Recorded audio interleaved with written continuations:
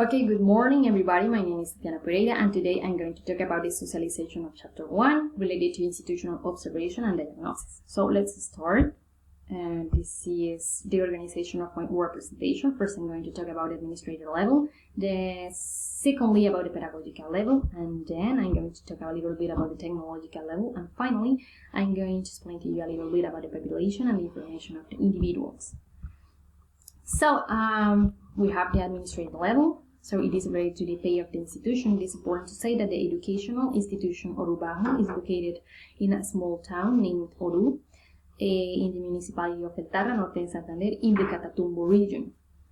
So it is important to say that the establishment is composed by 14 facilities and the headquarters offering kindergarten, basic primary, offering new school model, basic secondary based on post-primary and rural media model. So this is the mission, the vision of the institution. And we have here an important point, which is the institutional evaluation system, which is based on personal consideration, to know how, knowing how to be, knowing how to act and coexist. Okay, those are the different evaluation scales. This is the evaluation scale applied in post-primary and rural middle, as we can see, and this is the evaluation scale applied in the pedagogical model new school, or nueva escuela nueva.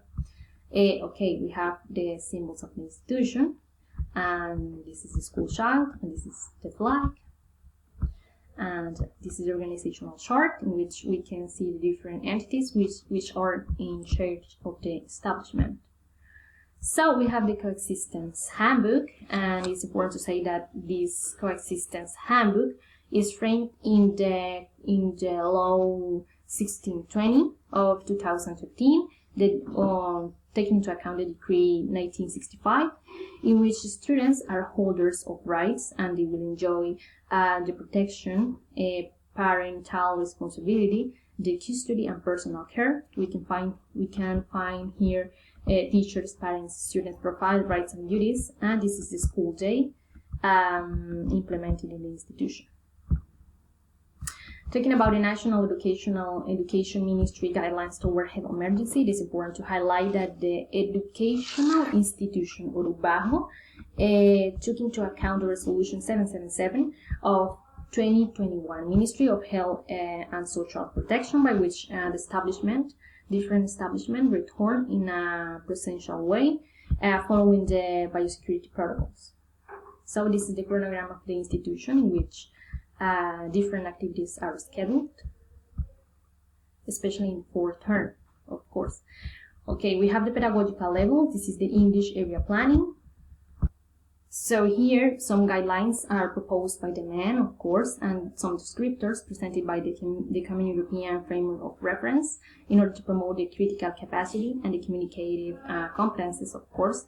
Here we can see the actional approach and the basic learning rights in order to develop the communicative capacity in English, but also it is focused on the contextual reality.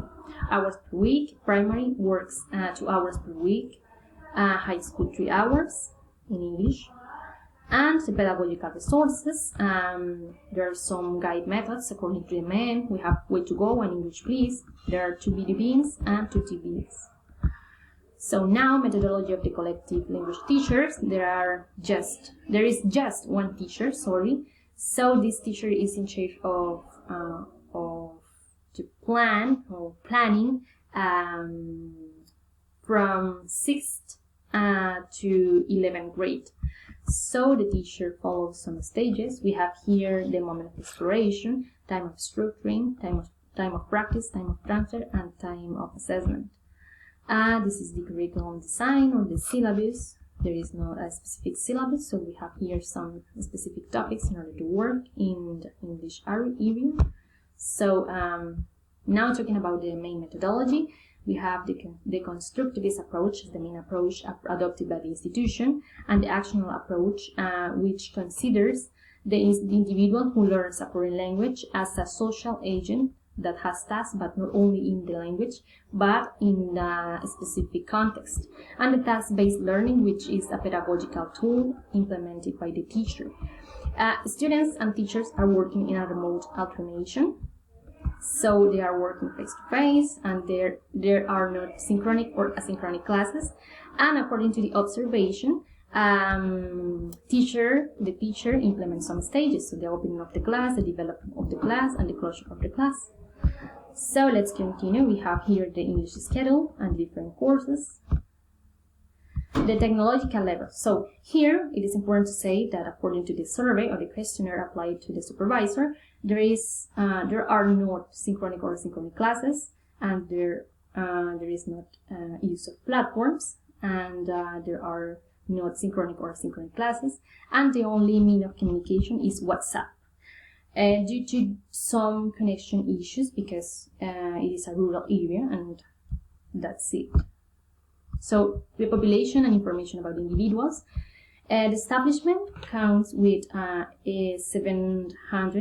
between 700 and 800 students. Those are mixed groups, and the students are between 10 and 18 years old, and the groups I selected in order to work were 6th grade students, both of them, A and B, and 9th grade and 11th grade.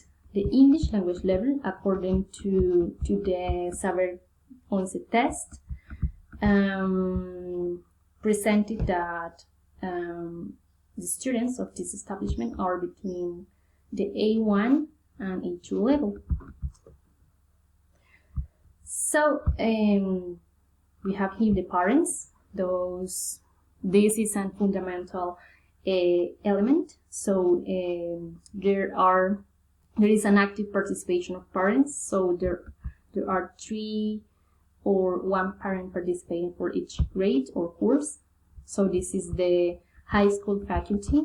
It is composed by 10 teachers, and as I said before, there is just 1 English teacher. So that's it. Thank you very much.